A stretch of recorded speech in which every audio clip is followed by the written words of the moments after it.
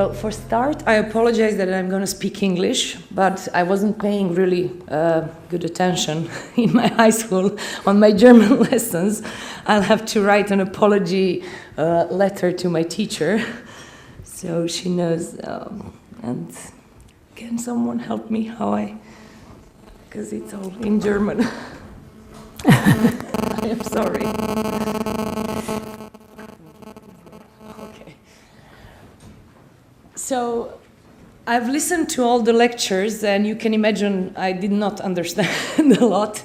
But what is good, everyone used a lot of pictures and diagrams, which I can read. So I think my lecture comes as a good, let's say, wrap-up for everything we've seen today. So we basically saw everything from collecting data from connected devices, at least from part of connected devices. We saw some parts about addressable TV, and the last presentation was about interactive TV, actually connecting TV directly to buying. And basically what we think is important for all of this to actually happen, live and bring the TV advertising industry back to TV, is data. Data is out there, so pay TV providers, being them like traditional telcos or OTT providers or any kind of TV content providers, have data about the consumption of their content. Sometimes it's collected, sometimes it's not, but in reality it can be done in today's world, especially in developed markets, and you will see the differences between Western Europe and CE region in the next slides. And this is actually what we do. So TVbeat is a startup founded in 2013 in London. We collect data from pay TV operators and any other basically distributor of TV content. We put all of this together. We do that on census basis, so we don't do a sample. We collect just everything and make it interpret in an actionable insight. So we will see that in my next slides. But before, and what I wanted to say is, because we don't really think we can replace the currency, or that's not our end game, maybe a better title instead of algorithm or TV ratings would be algorithm and TV ratings. But before we move on, I'd like to show you a short movie. I hope, okay.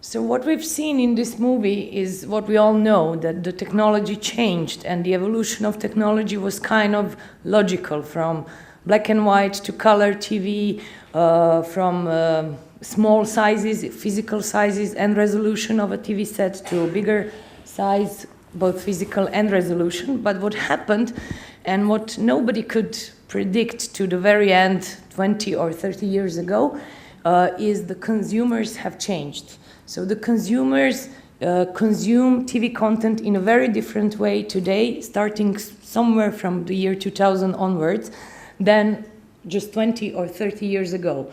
And where is the biggest problem? The biggest problem is in the combination you saw in the last, let's say, sequence of the short video, how you can use multiple screens at the same time. You can also use it on different places, and we will see it on my next chart. And the number of combinations between the content, the viewer, the device used as a screen, and the places used for streaming a content or consuming it is endless. So we'll need some help of machine power for that. So if we want to put this on a chart, and this comes from a research done in US, it represents minutes of consumption, of TV content consumption throughout the day. We can see some instances that were not even possible just 10 years ago, such as when commuting, or at shopping malls, at cafe bars, or out there in the parks, or at friends' or relatives' homes. But this doesn't mean watching a normal TV set, but watching something on your own device. So we see that the environment has changed. But what's more important, how does this reflect to the TV viewing? The next chart shows two curves, where the purple line is a curve I'm sure all of you saw many times in your life. It's a daily curve of TV. You see a peak at breakfast, then you have a drop-off during the day, and you have a larger peak in the evening. This is how TV viewing used to look like. What happens with the new ways of consuming content, or the new possibilities of consuming content, is the orange line, where you can see that the consumption of TV content flattened throughout the day. Of course, the evening is still a peak, and it will always be a peak because it's the time in the day where we have the most free time to do anything apart from work. But the viewing flattened, and it went quite a lot later in the night. Later in the night is on demand, of course, as you can imagine. Now, what is the biggest problem of TV industry today with all these changes? Well, the biggest problem is what's with the part that is not measured. We all know how TV is measured in any country in the world, or in most of the countries.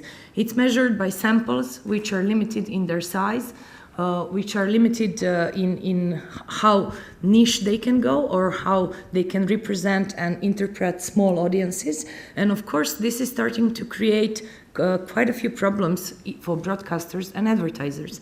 I'm sure you all read articles every day, and this is like the hottest topic in TV industry of the day. I picked just a few. The first one comes from NBC Universal, from their president of research and media development, and what he claims is we are a business that produces ratings, and if you can't measure it, you can't sell it. The problem is the currency that we use is just unable now to follow all the consumer changes that are happening. Why is this comment out there in online world? Well, because in US they're experiencing, of course, being the most developed in terms of devices used for consumption and different places for consumption of TV content. They're experiencing a huge drop in TV viewing, and everyone knows that it's not realistic, it's just not reported. Or as Adage said, the most comforting explanation if you're a TV programmer is that the ratings drop isn't real. People are still watching the same amount of TV, but it's not being measured correctly. I don't know how comforting that is for TV producers or ad sales teams in the TV industry, but this is what they say. And the last one that I like, because it kind of wraps it all up, comes from CEO of Havas Media, one of the biggest agencies, ad agencies in the world. He says, as the landscape changes, it will be most interesting to see how the measurement providers keep up with technology to ensure audiences are being captured across all platforms. If the audiences aren't being measured properly, they will have debatable value to advertisers. He calls it the living room versus the whole wide world, because it is true. You can nowadays consume a content wherever you want, and it doesn't necessarily happen in your living room anymore. So to conclude, we can say that the TV audience measurement industry is in a state of unrest, and that the shifting viewing habits definitely call for shifting TV viewing analytics. And I'd like to repeat once again, TVbeat is not here to replace currency. That's not our end game. We really think there is a big space in between, and we are talking about TV ad exchange market that is still not out there, but we really believe it will be there. What we need to do, we just need to activate the big data everyone are sitting on. Now this brings us basically to the topic of my today's presentation. Big data in use. Big data is not a new thing. It's not even a new thing in TV world. I'm sure you all recognize the photo, and I hope you won't mind me asking how many of you are consumers of House of Cards? Very good.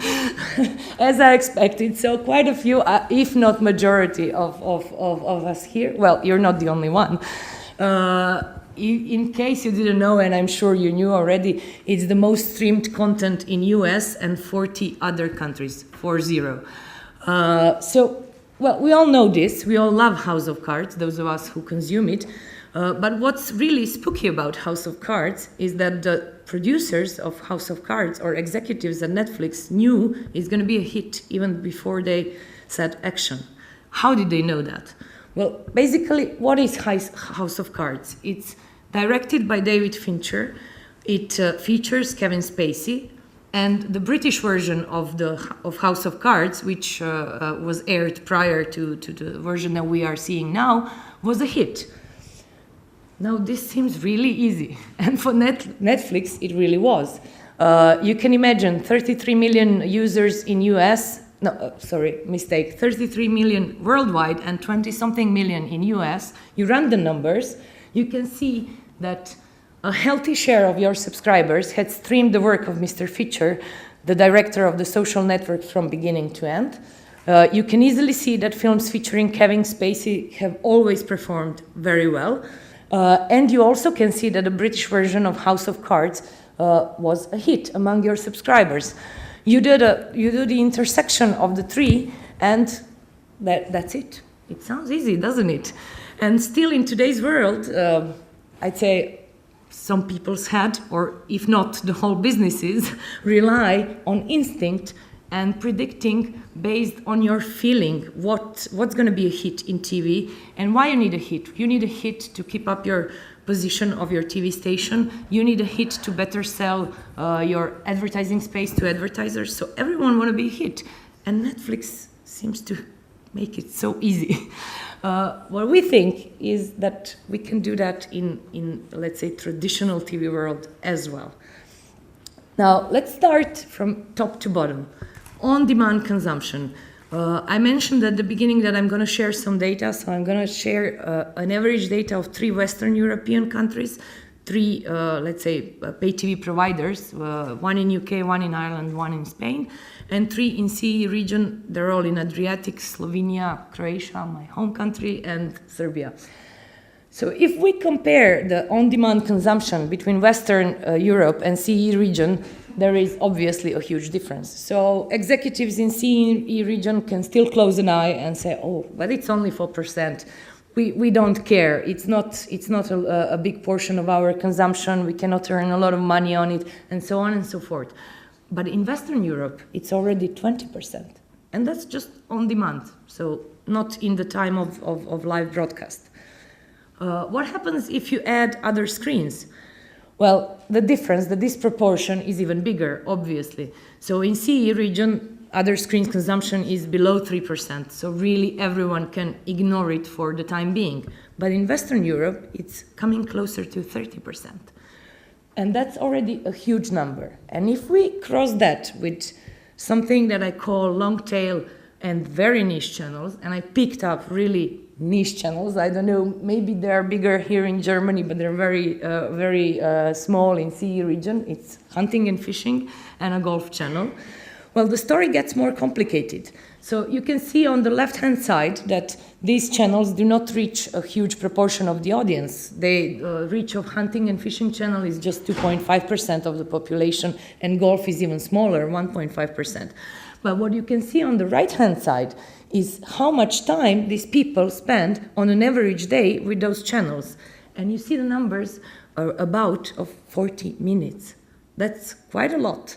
And it's interesting to know this information for pay TV operators because they want to keep these subscribers, even if they're small, but they're obviously very satisfied consuming those channels. It's interesting for some advertisers, maybe even advertisers who are not active in TV because it doesn't pay out for them to advertise on a big national channel.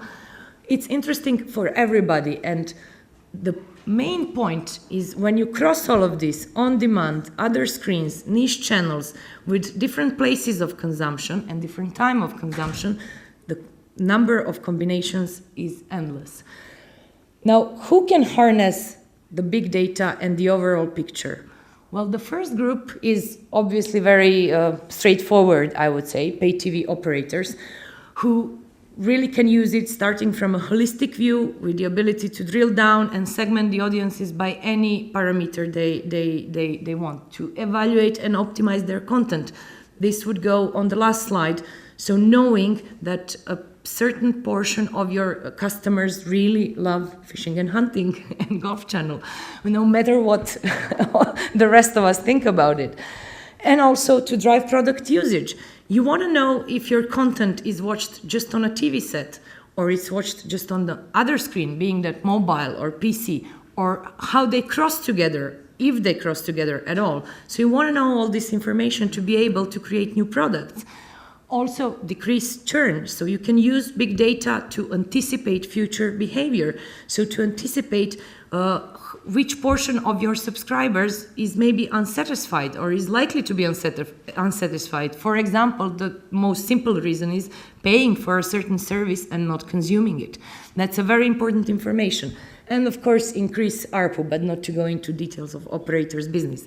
Then the second group is obviously broadcasters. So what happens is that you can really make fact-based programming decisions, even if you are a niche channel. A niche channel harnessing big data becomes treated in the same way as a big national channel. So you have the same level of information. You can make your decisions.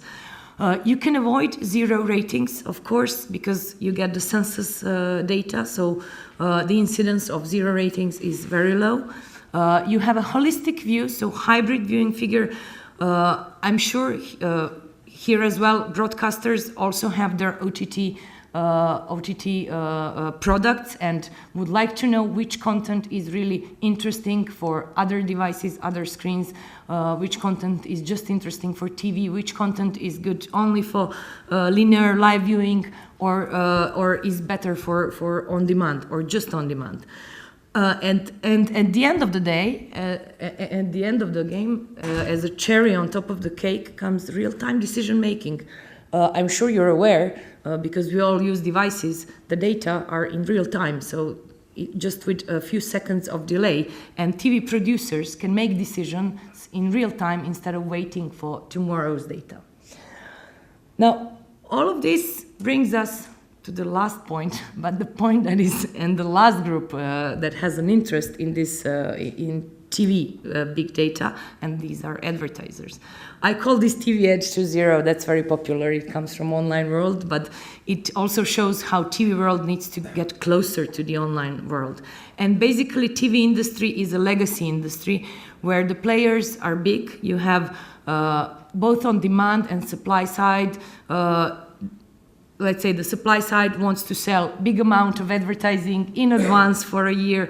The demand side wants to buy the same, and this is how the game is treated. So they need to get prepared for changes, because changes will come. The first change is that third-party data will enrich currencies.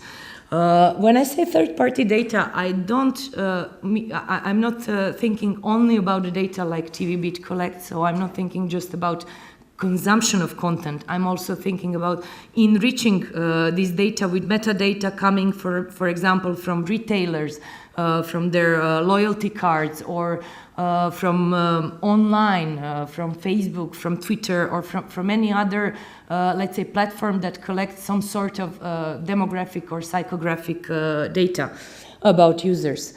The second one is that programmatic data will be crucial for media mix. As I mentioned already 2 times, the number of combination is too big, so humans cannot do that job anymore. I will show you a case from Croatia. I'm sure you all agree, because most of you put up your hand for consuming House of Cards, that we are defined much more as consumers apart from our age and gender. And as you know, TV advertising is still mostly traded on the basis of age and gender. I want to show you today how much we know by just analyzing content consumption about the user.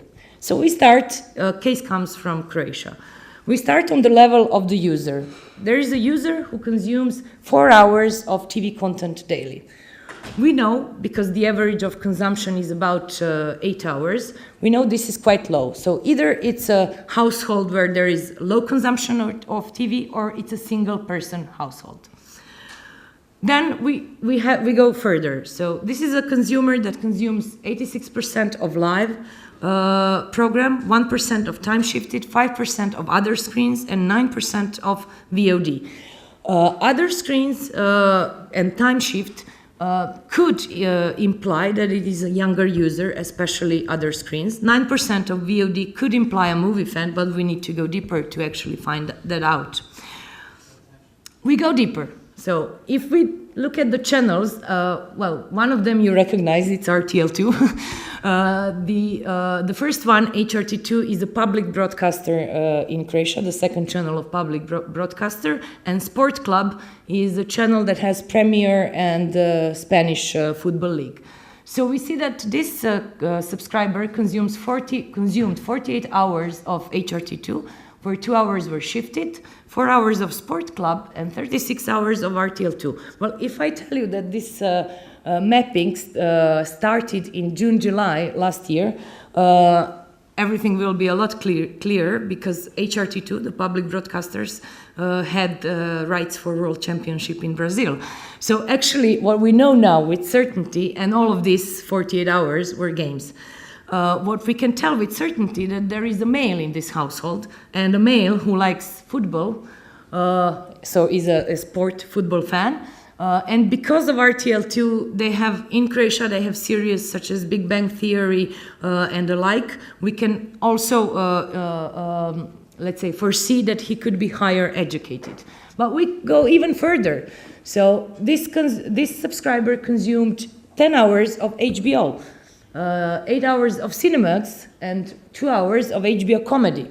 Now, this by itself is not really so important. What is important that this is the highest possible paid package. So it's HBO plus HBO Go, and it means that for Croatian standards, this needs to be a person with a little bit higher income, because it's quite expensive for an average Croatian household to afford such a subscription. We can also say that this person is a movie fan. We saw that consumption of HBO movie channels was really huge.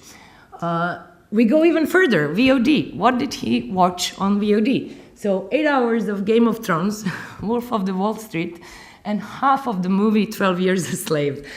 So what we can conclude out of this information is not just demographics. We can see that this is a fiction fan, action-oriented, career seeker, and I put compassionate with a question mark. He did watch just half of the movie of 12 Years a Slave. So we can't say that for certain. And at the end, we add something we knew from the very beginning, but just to wrap it up, this particular subscriber owns one TV set, has one iPhone 5S, and watched all Croatian games on World Championship on iPhone.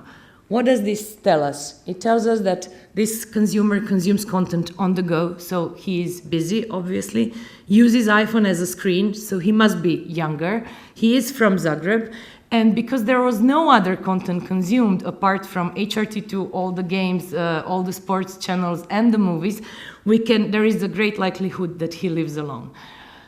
Now, we did all of this without asking any questions, because you can't ask questions to millions of subscribers from which you collect data, and by the way, it's illegal in EU to do that. And can you imagine what algorithms and machine power can do? They can group consumers in target groups that were not imaginable in TV advertising world just a few years ago. So groups that advertisers really want to talk to.